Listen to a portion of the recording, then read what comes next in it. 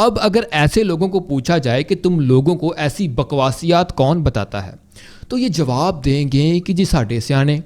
بھائی کون سے سیانے؟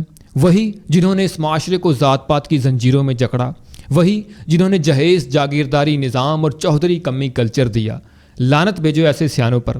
اگر یہ اتنے سیانے ہوتے تو کیا آج پاکستان کا یہ حال ہوتا؟ انہی سیانوں نے ہمیں صرف ایسے لوگ دیے ہیں جو کہ اگلے بندے کو ذات برادری پر جج کرتے ہیں کہ فلانا چودھری ہے، فلانا دھوکے باز ہے، کسی کو کچھ کہہ دیا تو کسی کو کچھ. 100% یقین کے ساتھ کہا جا سکتا ہے کہ ہمارے ہاں جو ذاتیں ہیں ان کی کوئی حقیقت نہیں ہے، کوئی سر پیر نہیں ہے. ذرا 1947 کی تقسیم ہند کی ہسٹری کھول کر تو دیکھو، جس کا جو دل کیا وہ بن گیا.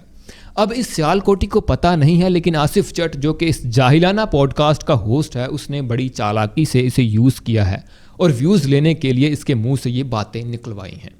کیونکہ یہ جو ذات پات کا نظام ہے وہ اس طرح کے چالاک لوگ، خاص طور پر سیاست دان، بڑے کمال طریقہ سے استعمال کرتے آ رہے ہیں.